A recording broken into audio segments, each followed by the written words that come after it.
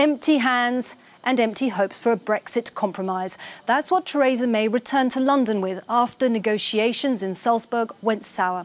Her Brexit plan was unexpectedly and firmly rejected by EU leaders, putting further pressure on the deal as the deadline gets ever closer. Her battle now, though, is even more complicated by politics at home and a revolt from within her own party. In a moment, we'll be live in Westminster. But first, Euronews' Damon Embling reports. A tasty schnitzel may be the only thing that satisfied Theresa May in Salzburg, leaving an EU informal summit, having been told to give ground on trade in the Irish border by November. May said her Chequers proposals for trade with the EU were the only way forward. But Macron said the proposals in their current state are not acceptable, especially the economic element. The Chequers plan cannot be take it or leave it, he says. May promises new proposals to reassure Dublin that it would not get a hard border with Northern Ireland, but is warning she could live with a no deal. There is no counter-proposal on the table at the moment that actually delivers on what we need to do and respects the integrity of the United Kingdom and respects the result of the referendum. That's what we've put forward. The EU Commission President was jovial as he sought to reassure over a possible no-deal Brexit. A no deal is not my working assumption, but would it happen, then we are prepared, because the Commission has prepared in detail all the elements of consequences of a no deal which could be entailed by a no deal. So don't worry, be happy, don't worry. Damon Embling, Euronews, Brussels. And we'll have more from Damon in a moment on the European perspective. But first, let's go to London and our correspondent Vincent McAviney, who's outside Downing Street in London. Well, Vincent, thanks for being with us. Well, things are not looking good for Theresa May, nor her Brexit plans. Where do things stand now? Good morning, Isabel. Well, despite Theresa May's Brexit Chequers plan being in intensive care when she left Downing Street, her and her team had high hopes for the Salzburg summit. But effectively, what the EU have done is sign a do not resuscitate order. And I think we're seeing on the front pages of the British newspapers just how badly this went for her. Humiliation, a disaster. These are the words, the headlines are branding it. And the and Theresa May's team actually were giving all the signs that they were going with sort of a belief that things had changed, that the words that Michel Barnier had been saying publicly in the past fortnight, a softening of the language, would mean that there'd be some kind of agreement on the Chequers plan. And indeed, in a BBC documentary earlier this week, they recorded the preparations the Prime Minister's team were making to go to Salzburg. Her Brexit advisor, Ollie Robbins, was caught on camera saying that the Chequers plan had been a game changer,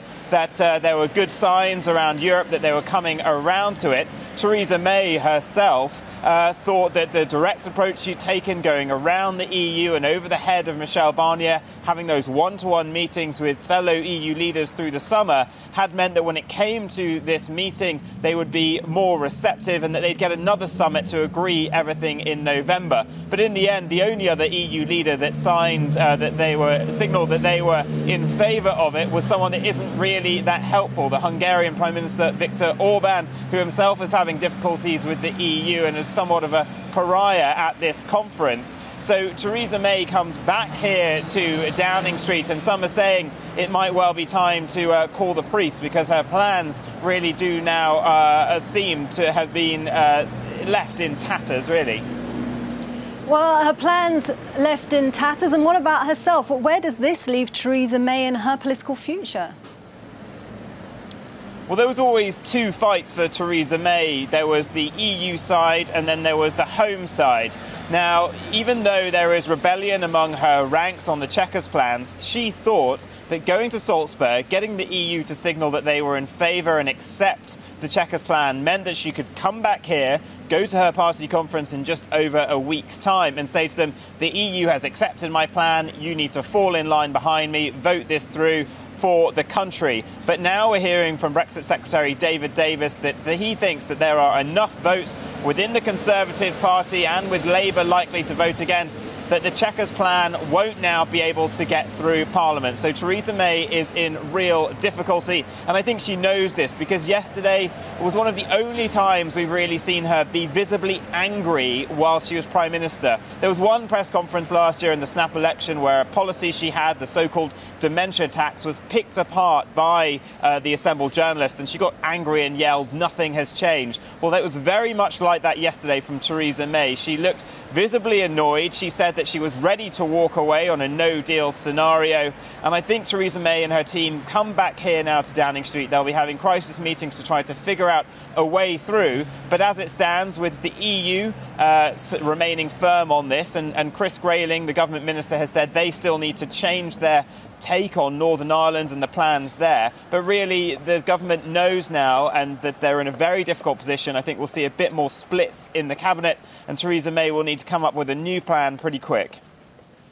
Vincent McAviney in London, thanks so much for joining us. And for more on the European perspective, we're joined by Damon Embling, who's standing by in Brussels. Damon, so tell us what's happening from the EU side. What are EU leaders doing?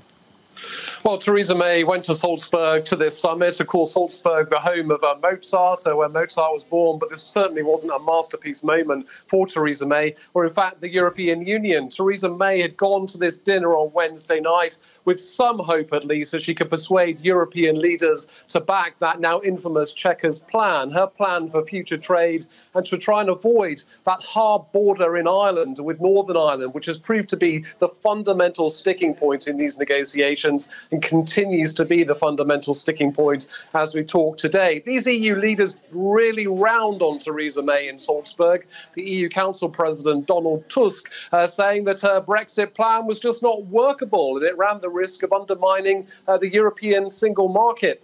The European single market, Isabel, is a fundamental thing for the European Union. It's this much cherished baby, and it's not going to have anybody that's going to threaten that in the future. So that's why it's protecting it so much. Theresa May is saying that this Brexit plan she has, the Chequers plan, is the only credible option on the table. But Emmanuel Macron, as we was hearing in my report a little bit earlier, was saying, well, we can't have this as a take it or leave it situation. He criticised Theresa May's stance on that. And he also went further, the French president, by saying all those people that have been saying, well, we can do without Europe, we don't need it, we can profit away from it. He called them liars. German Chancellor Angela Merkel, of course, at this summit as well. She's saying substantial progress now needs to be made over the coming weeks as time runs out to try and seal this Brexit deal. Both sides, of course, saying they're ready for a no-deal scenario. But Isabel, they don't really want that. They have too much at stake. And that does beg the question, where do things go from here? Very good question, Isabel. I've never seen politics become so interesting here in Brussels. They have this summit coming up here in Brussels in October, which had been the original informal deadline, really, to try and strike this Brexit agreement when EU leaders come together. Whether that's now going to happen, whether the hole is going to be closed, I think it's too big right now to close, is a big question. If they do get closer to striking an agreement and they can agree on these fundamental points in October, then they have said that there'll be a special Brexit summit coming up in November when they could hopefully sign any deal off. But of course, Isabel, that's not the end of the process. It then has to go to the Parliament in the UK. We've heard about all of the divisions that are going on there from my colleague Vincent in London. And also it has to go before the European Parliament to be ratified. And if there's any slippage in time now, just a matter of days or a matter of weeks, it really is going to put that divorce day next March in jeopardy. People have described this divorce, Isabel, as the mother of all divorces. I think I now describe it as the grandmother of all divorces. Damon Embling in Brussels, thanks so much. And politicians are asking a whole host and tackling a whole host of difficult questions when it comes to Brexit. And in a parallel universe online, people are asking a whole host of different questions. Well, Cindy in the Cube is following all of that. Well, politicians are trying to hash out what is a very complicated deal, but everyday people are asking quite simple questions when it's related to Brexit. So here in theCUBE, we've been given a list of the most searched questions on Google in the UK in the last 7 days. So take a look at this list right here. The number one question here, when is Brexit? So the official leave date is March 29. But take a look at this second question. What is Brexit? People are still asking that question. What is Brexit? We're just months away.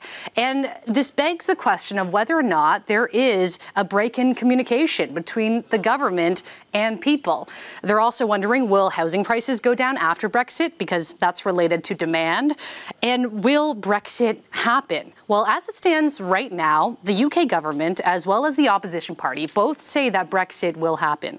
And finally, question number 5, what is this Chequers deal? This is, of course, Theresa May's blueprint, her plan for Brexit that has been criticized by her EU counterparts. But people are also wondering about whether or not there can be a second vote, whether they can vote again. So we've been given another list. These are the most searched questions as it relates to that second vote. Will there be the second vote? This is something that Remainers have been asking for since the beginning. And how can we stop Brexit? How likely is this second referendum, this second vote? And if it were to happen, when would it happen? And finally, the last question here. Will the Labour Party, the opposition party, back a second referendum?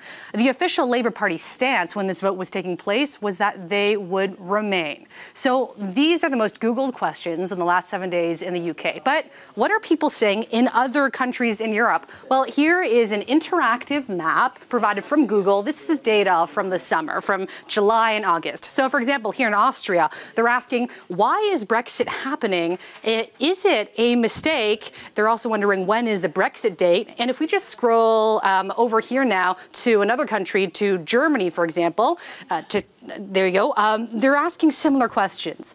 When is the date? And number 3, what is Brexit? So as politicians try to hash out this really complicated deal, people are asking fairly simple questions.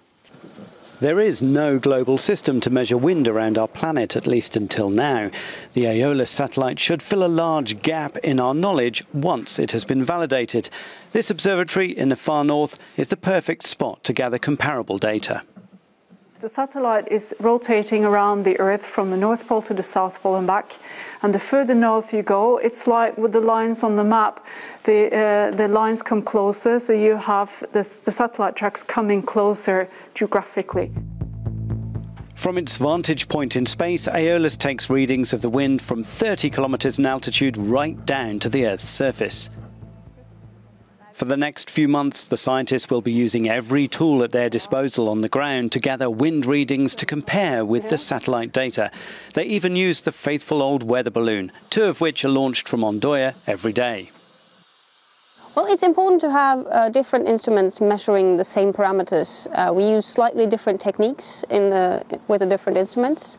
So we can compare the measurements and we can cover a bigger height range. So with the lasers, we can cover up to 100 kilometers. The balloon will burst at 30 kilometers, and then we have radars covering also up to approximately 100 kilometers. Aeolus is what ESA calls an explorer mission, meaning it's cutting-edge technology. If it works and the weather forecasts are measurably improved, then several similar satellites could be launched. So far, everything is working really to schedule, and even the performance of the instrument is exceeding our expectations. We'd all like our weather forecasters to have magical powers, to be able to see far into the future. Unfortunately, they don't, they just have data. And with the Aeolus satellite, they have a great new source of information all around our planet about what's happening to the winds. With that, they have an understanding of what's happening now, and they can better predict what's going to happen in the next few days, everywhere from here in the Arctic Circle all the way down to the equator. Well, Jeremy, that's a bit confusing. We just saw you in Norway there, and now you're here in the studio. But so look, you are a space correspondent. You've been following the story. We have just seen you in Norway. So why did this mission face so many delays? Yes, it is, it turns out, incredibly difficult to get a satellite with a laser in space that's going to work accurately how you want. The engineers at Airbus, who actually built this in the UK, basically took 10 years longer than expected to develop the laser system. Obviously, it went over budget, but it really shows the tenacity of the team at the European Space Agency and the European Centre for Medium-Range Weather Forecasts, who really wanted this satellite. The reason being, as I said in the package, is that there's no system worldwide to measure the wind. And so we really don't know very much about it, particularly over the ocean areas. Well, I suppose if it's gone 10 years over kind of the expected time, you can only hope that it's going to really improve our weather forecast. How good is it going to be?